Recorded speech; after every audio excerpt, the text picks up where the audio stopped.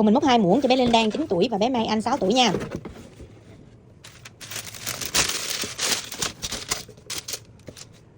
Rồi, bé Linh Đan 9 tuổi, không thích đỏ hồng, lấy gì cũng được.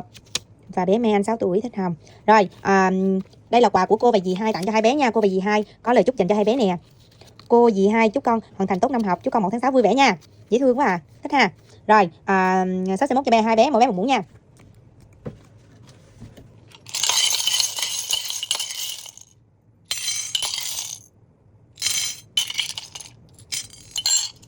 Rồi, sắp sẽ tặng cho mỗi bé một Lucky nha.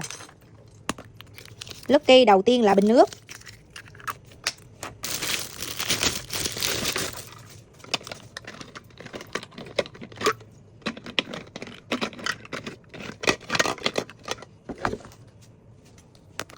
Lucky thứ hai là ba lô đi học.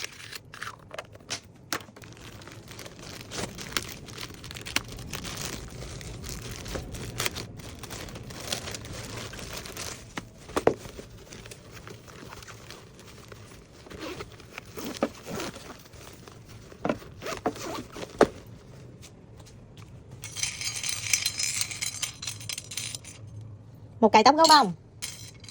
Một sủa A5.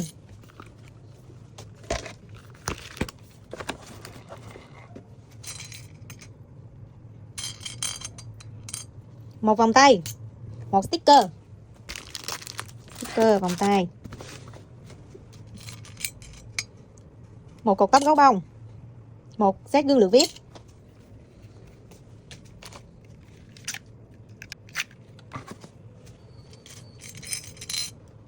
Một móc khóa ví đựng, một sổ ghi chú. Móc khóa của bé nè, sổ ghi chú. 3 set bút bi, thêm một sticker.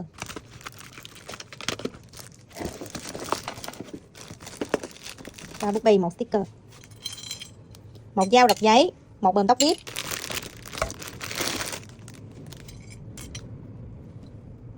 Một móc khóa mini, một vở A4.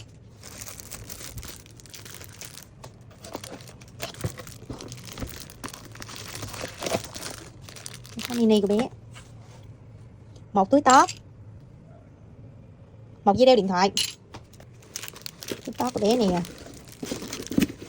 Dây đeo điện thoại. Một dây cột tóc. Một bông tắm. Bông tắm nè. Một syringe. Một băng đô đeo tay rửa mặt. Syringe nè, băng đô đeo tay nè. 3 dí nót. Một tấc. 2 bấm móng tay. Sắp lấy cho bé 2 đôi tóc luôn nha. Rồi, dí nót nè.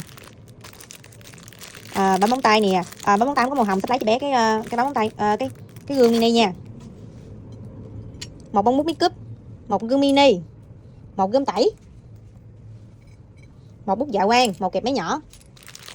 Rồi bé còn nhỏ không xài bông bút make up, sắp sẽ đổ qua cho bé là kẹp máy nha, kẹp máy nhỏ luôn nè. Rồi một kẹp máy nhỏ nhưng mà sắp lấy 4 kẹp máy nhỏ. Thêm cho bé một kẹp nữa. Bút dạ quang nè. Gươm tẩy của bé nè. Rồi. Sắp mới kiểm tra lại bé không lấy gương mini nha. Sắp sẽ đổi cho bé. Sắp lấy cho bé một syringe nha. Rồi, đây là quà của bé Linh Đan nè. Đây là quà của bé Mai Anh nè. Rồi, đây sẽ là quà sắp sẽ tặng thêm cho hai bé nha.